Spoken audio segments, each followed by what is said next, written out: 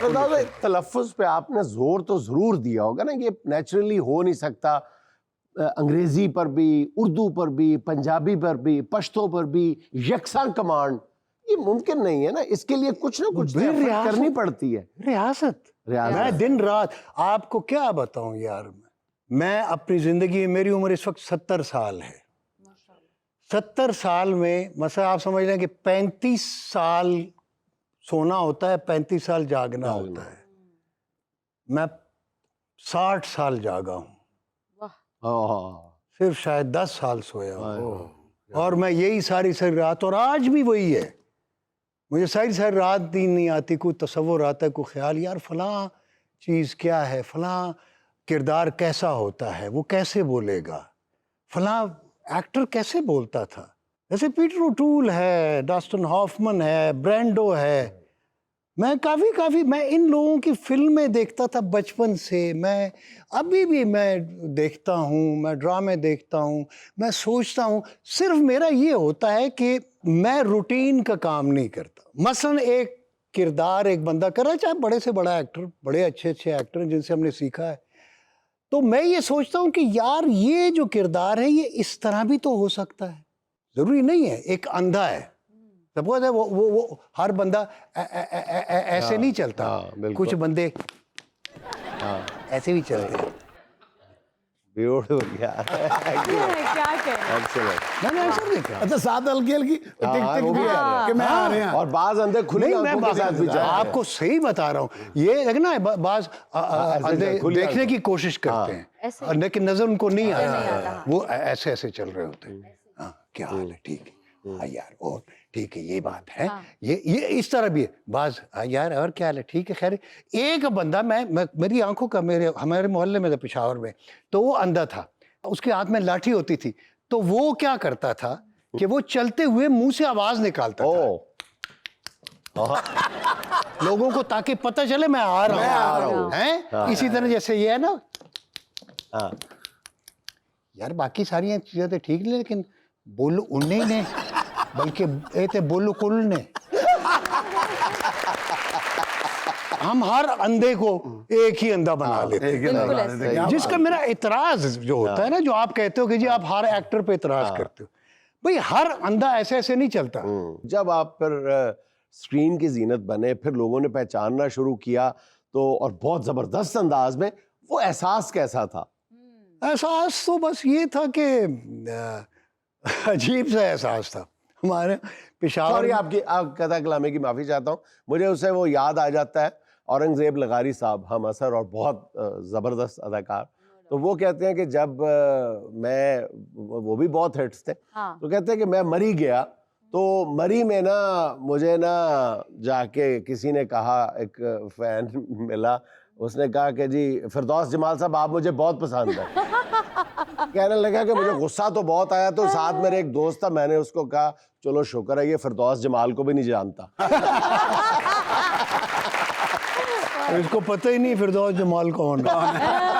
लगारी साहब ने क्या कमाल यार, जुमला अच्छा है। कहते हैं यार पठाना, मुझे इस बात का दुख नहीं हुआ कि इसने मुझे नहीं पहचाना, मुझे खुशी इस बात की, ये तुम्हें भी नहीं जानता। अच्छा, वो ऐसे ही है। और पीटीवी में ना हम लोग आ रहे थे, तो एक लड़की सामने से आ रही थी, उसको कहते कहाँ चली गई हो तुम, मिलती नहीं हो यार, ये कोई बात है, हम आपका इंतजार करते हैं, कभी बैठते हैं खाना वाना खाते हैं। तो वो चली गई लड़की, कहती जरूर जरूर। मैं कहा कौन थी, कहते पता नहीं। आपकी शख्सियत के साथ सुर का बहुत तालमेल है, सुरों का, बल्कि दिलीप कुमार के साथ भी जब गुफ्तगू आपकी हुई, जब बताते हैं, तो वो सुरों से बात शुरू हुई थी। तो ये मौसीकी कहाँ आपके अंदर हुलूल कर गई अदाकारी के साथ? ये ऐसे ही मैं एक दिन बैठा हुआ था, तो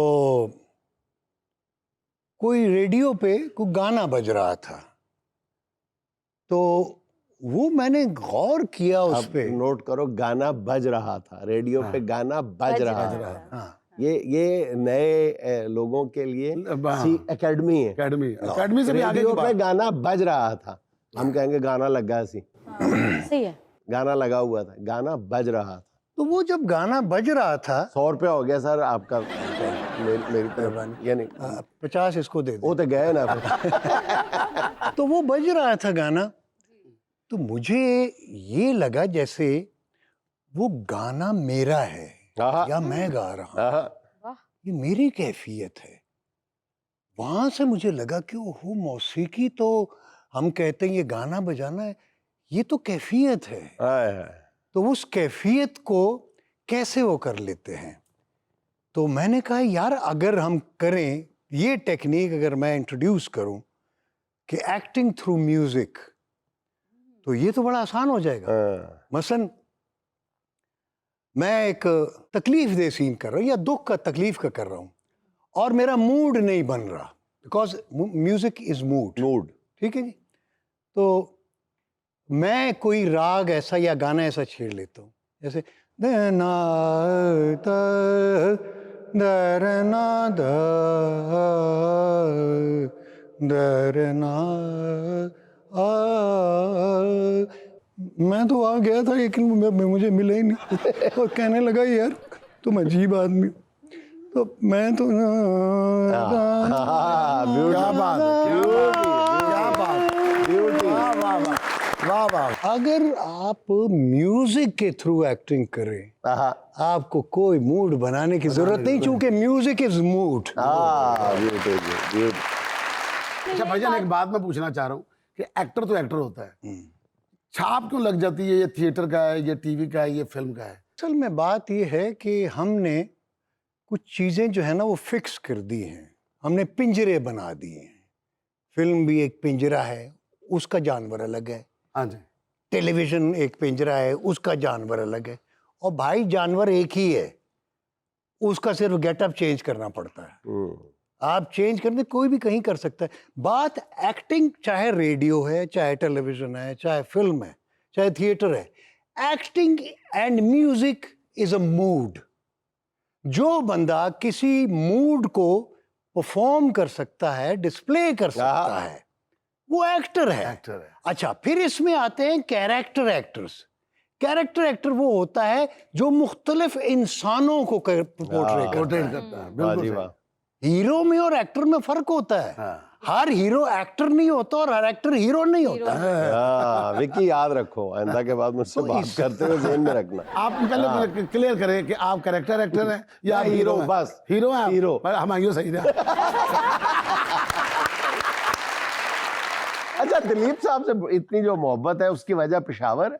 पेशावर भी है, लेकिन दिलीप साहब जो हैं वो हमारे यानी सब कॉन्टिनेंट के इज अ मार्लन ब्रांडो, और आप उसको पीटर ओटूल भी कह सकते हैं, मार्लन ब्रांडो भी कह सकते हैं, क्योंकि दिलीप साहब ने सलीका सिखाया है बोलने का और कैफियत दी उन्होंने स्टाइल दिया है।